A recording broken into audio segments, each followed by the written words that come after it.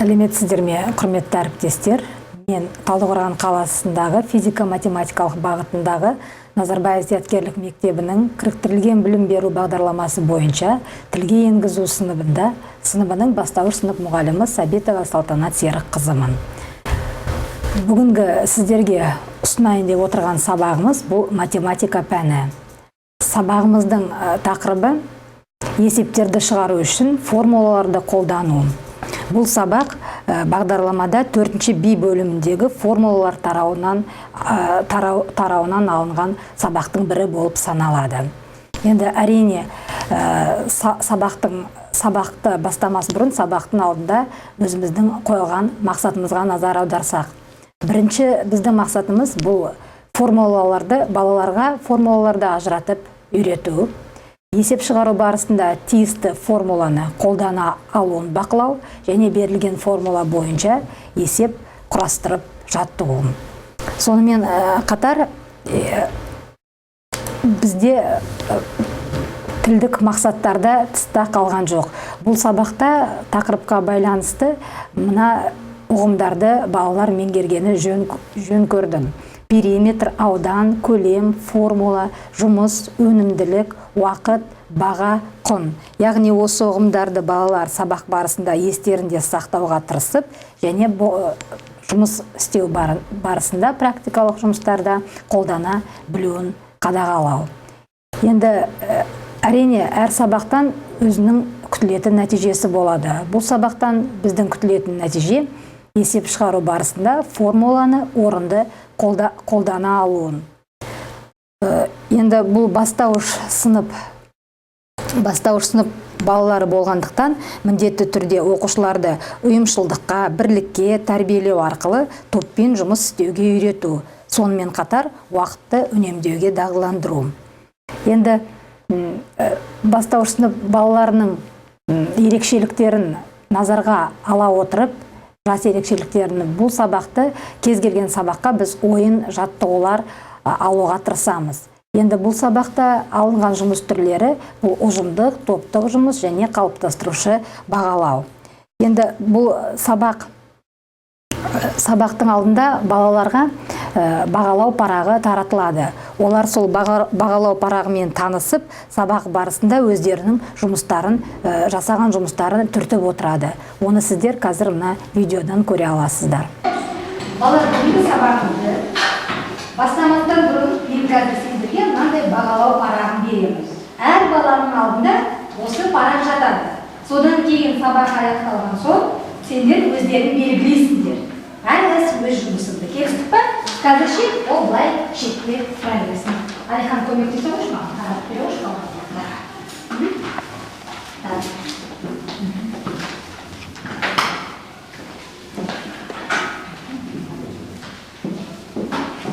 Осы параққа қарап, сағаттың аяғында өздерінің жұмыстарыңды белгілейсіңдер.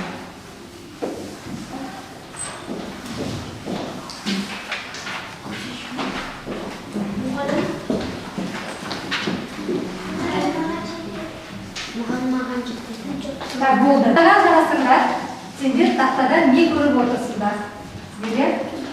Геометриялық фигуралар. Ал бұл геометриялық фигуралар туралы не айта аласыңдар? Олардың айырмашылығы неде бір-бірінен? Амир? Олардың айырмашылығы бұрыштарда, дөңгелекте бұрыш жоқ. Яғни бұрыштарға байланысты айырмашылығы. Жақсы.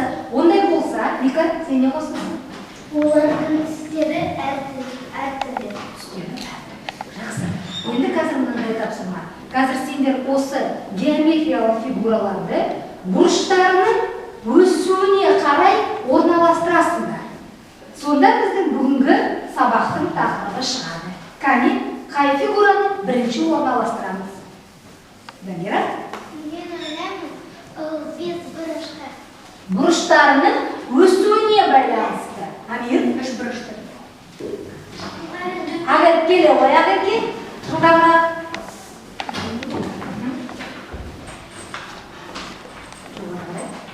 Нажам, аудан қойайын. Жақсы. Келесі қандай фигура? Шахмат? Теле ғой.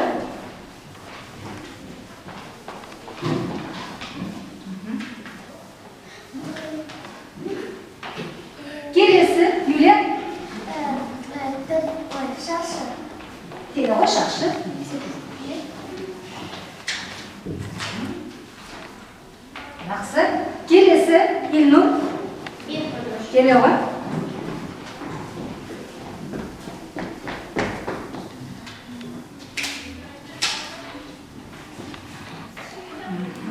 Жақсы. Келесі Злата. Алты бұрыш. Кел.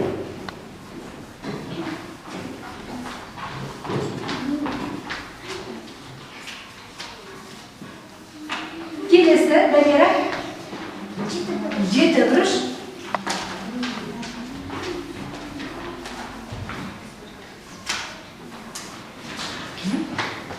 Соңғы алан. Келе ғой.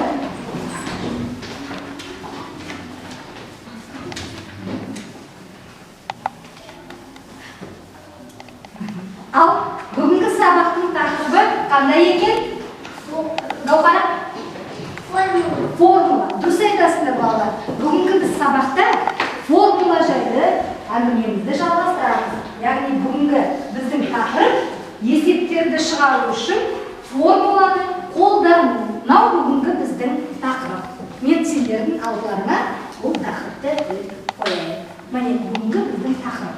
Енді бүгінгі сабағымыздың мақсаты балалар, есеп шығару барысында тиісті формуланы қолдана білу. Мынау бүгінгі біздің мақсатымыз сабақта. Жақсы. Енді сіздер жоғарыда видеодан көрдіңіздер, бұл сабақтың басы болды.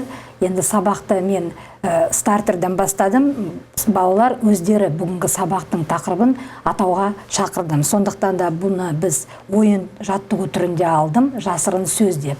Яғни геометриялық фигураларды бұрыштарының санына қарай балалар орналастырды. Әр баланың ой пікірі тыңдалып, содан кейін сабақтың атауы шықты, формула. Яғни сабақтың атауы сабақ бүгінгі біздің сабақ формуламен байланысты. Енді келесі кезеңде балалар топта жұмыс жасады. Енді бізде балалар топтық жұмысты өте ұнатады, яғни олар дағдыланған сол топта жұмыс жасай білу. Сондықтан да топта олар бірігіп, бір шешімге келіп, сабақтың тақырыбына байланысты тапсырмалар орындады. Яғни бүгінгі сабақта 5 топ жұмыс жасады. Әр топқа жеке бүгінгі тақырыппен байланысты тапсырмалар ұсынылды. Бірінші топқа мысалға тапсырма мынандай болды. Тік төртбұрышты параллелепипедтің бір қырының ауданы мен периметрін табу. Топтарға параллелепипедтің макеті берілді, содан кейін ұзындығы мен енінің өлшемдері берілді. Балалар сол фигураның бір қырының ғана ауданы мен периметрін тапты. Екінші топқа суреттегі қай параллелепипед сыйымды екені және неге екенін дәлелдеу ұсынылды. Балалар топтың ішінде талдап, өздерінің жауаптарын берді. Үшінші топ дайын сызба бойынша есеп құрастырып, формула арқылы шығару болды. Келесі топта кесте берілді. Кесте бойынша балалар есепті құрастырып, формула арқылы шығарып көрсетті. Бесінші топ дайын есепті оқып, сол есепке тиісті кесте құрастырып және формула арқылы шығарды. Оны сіздер қазір топтық жұмыс барысында келесі видеодан көре аласыздар. Қазір балалар, қаншалықты сендер формуланы қолдана аласыңдар, біз топтық жұмыс жасау барысында байқаймыз. Әр топқа қазір тапсырма беріледі. Міне, бірінші топқа мен мынандай фигура беремін. Өздерің осы фигураның атауын айтып, және бұл фигураға байланысты тапсырманы орындайсыңдар. Яғни бұл фигураның бір жағын периметр мен ауданын табасыңдар. Енді бастамай тұрасыңдар. Келесі топқа мынандай тапсырма. Бұл жерде тапсырма жазылған. Өздерің оқып танысып орындайсыңдар. Және мына қалған топқа тапсырмалардың бәрі дерлік жазылған. Ал уақыт кетті. Жұмысты бастаймыз.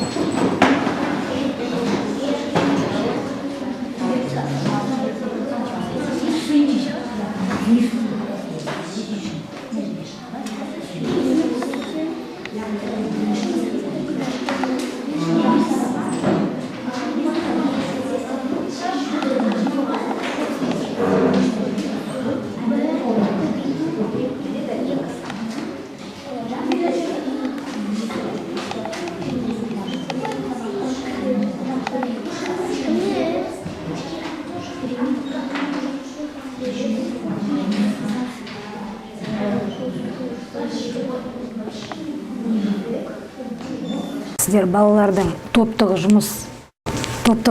қалай жұмыс жасағанын видеодан бақылап көрдіңіздер. Енді осы балалардың іс-әрекетін, қаншалықты балалар өздерінің топтағы жасаған жұмыстарын қорғағанын сіздер келесі видеодан көре аласыздар.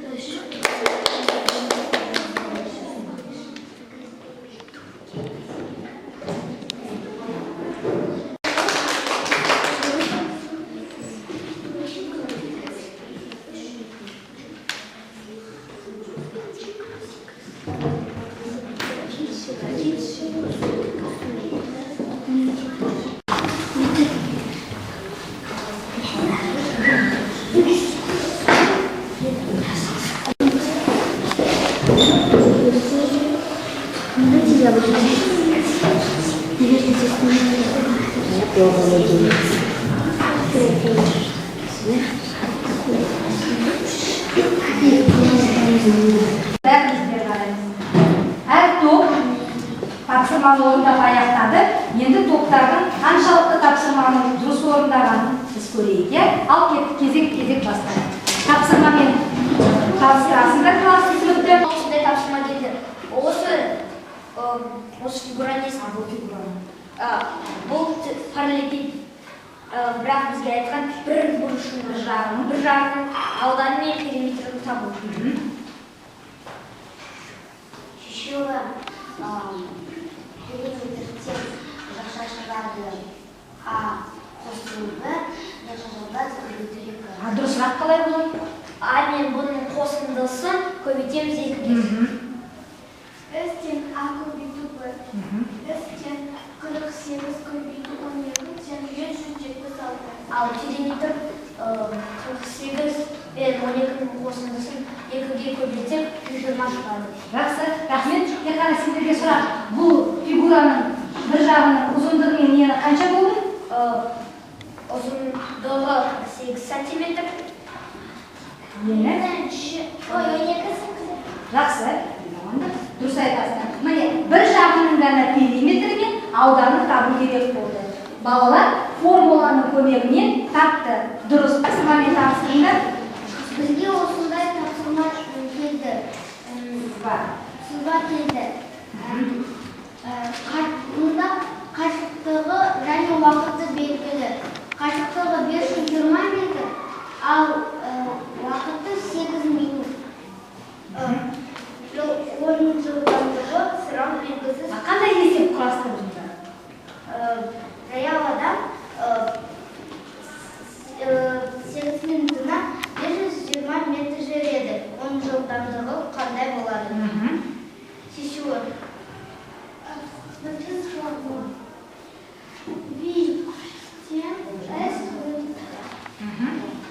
Жылдамдығы 520 бөліс 8-тен 65 метр минутына.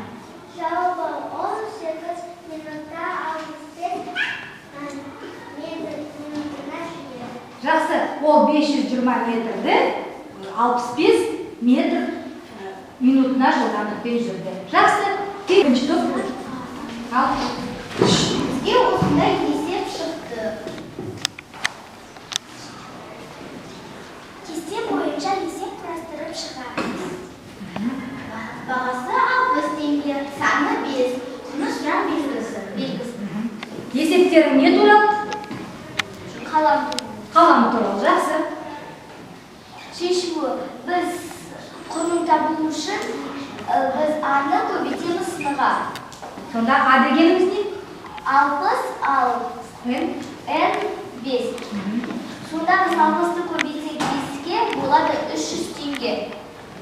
Жауабы осындай 5 қалап 300 теңге тұрады. Жақсы, 5 қалам.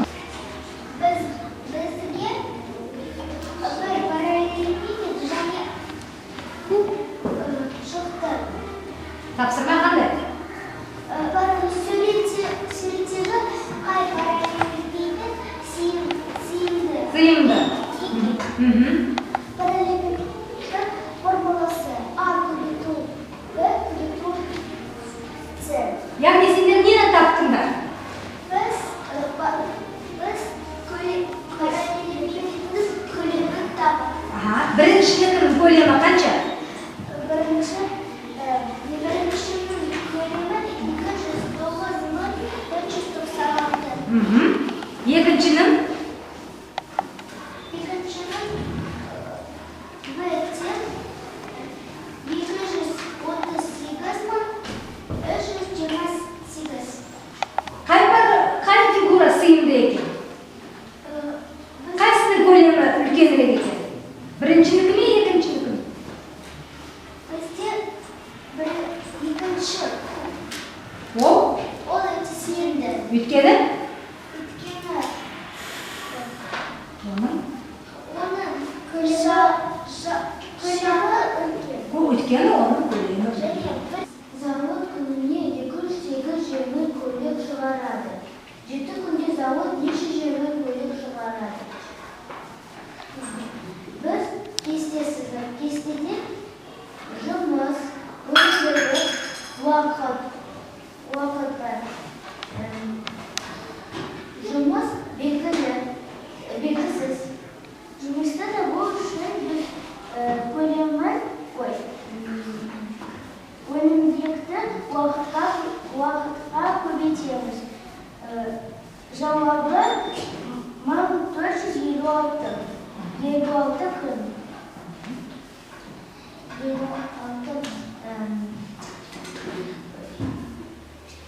7 күнде завод 1456 жеңіл көлік шығарады. Жақсы, 1456 көлік шығарады. Енді сіздер жоғарыда видеодан балалардың топта орындаған тапсырмаларын көрдіңіздер. Балалар бірлесе отырып берілген тапсырмаларды орындай алды.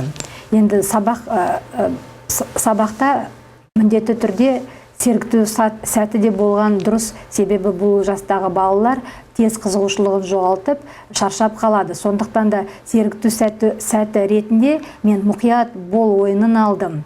Сабаққа қатысты кішкене.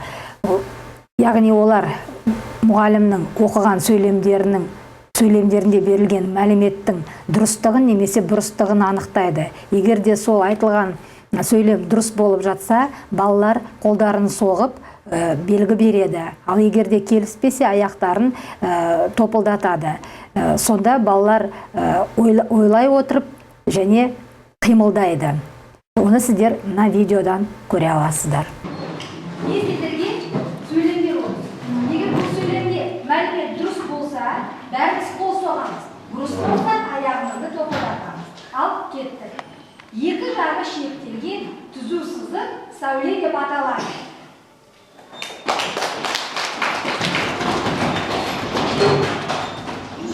Қайталаймын. Екі жағы шектелген түзу сызық сәуле деп аталады. Қалай аталады дұрыс?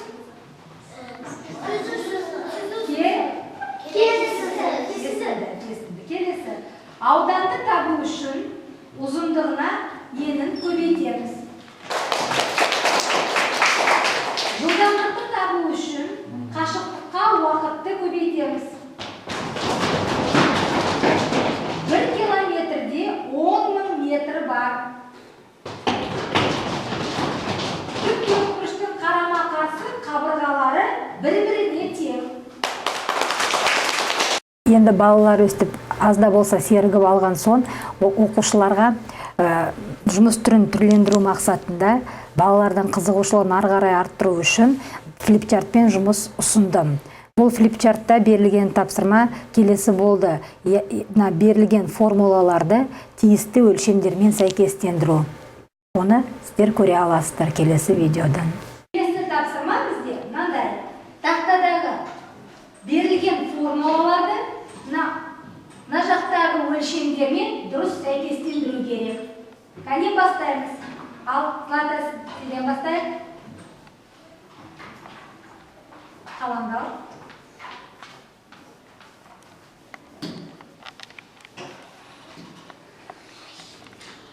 Келісеміз бе? Рахмет. Келесі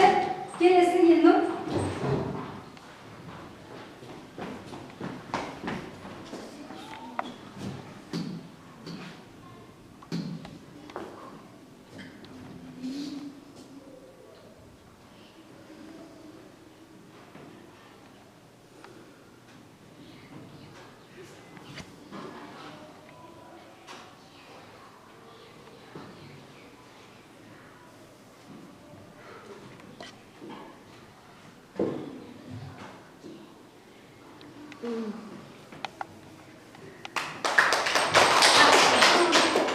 Келесі, Саша.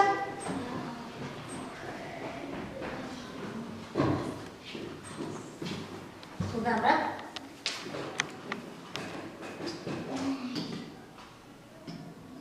Бас берем.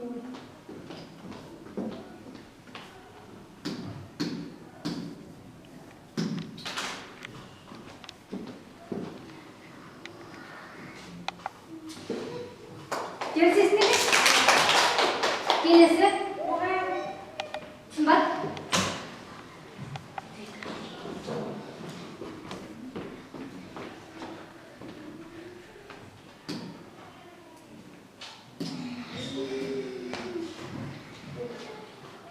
Келесеміз бе? Жақсы алан.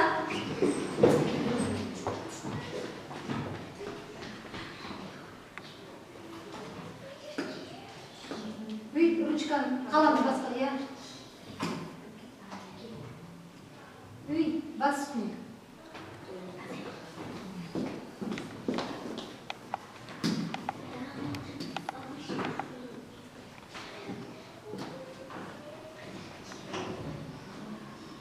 Келісеміз бе? Алика?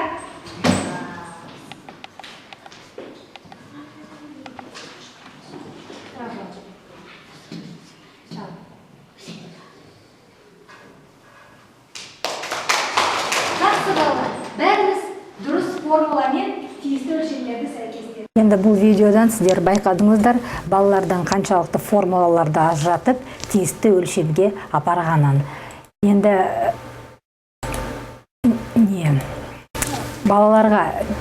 балалардың қабылдау қабілеті және ойлау қабілеті әртүрлі болғандықтан деңгейлік тапсырма ретінде мен оқушыларға үй тапсырмасын өздерінің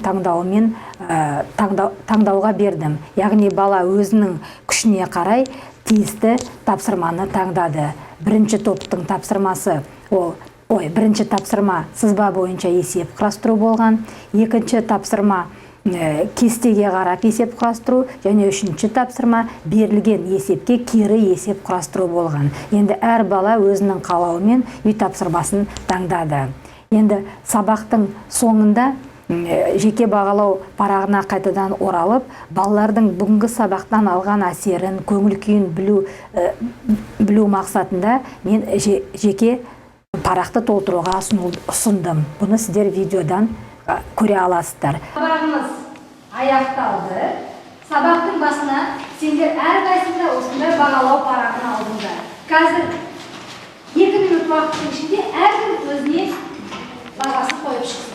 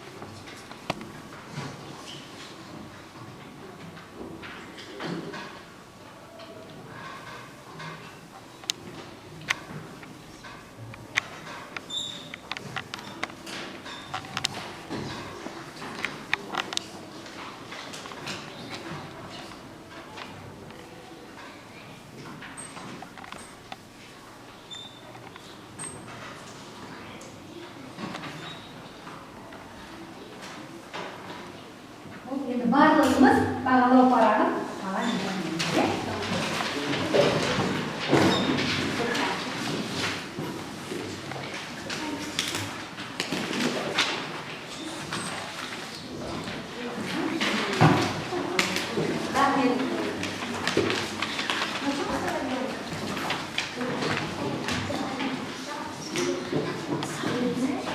Кішкене толықтырып өткім келеді. Мына бағалау парағында балалар плюс немесе минуспен өздерінің берілген сөйлемдердің жанына өздерінің көңіл күйлерін қойды. Бағалау парағында мысалы мынандай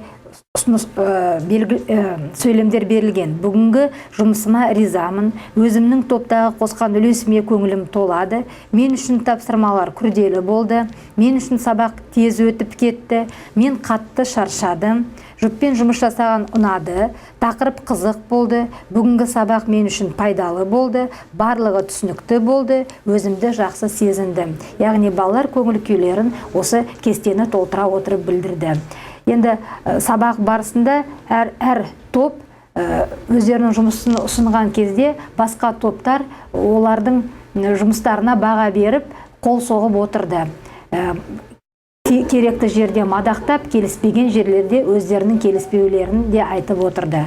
Енді осы біздің бүгінгі сабағымыздың мақсаты осы болды.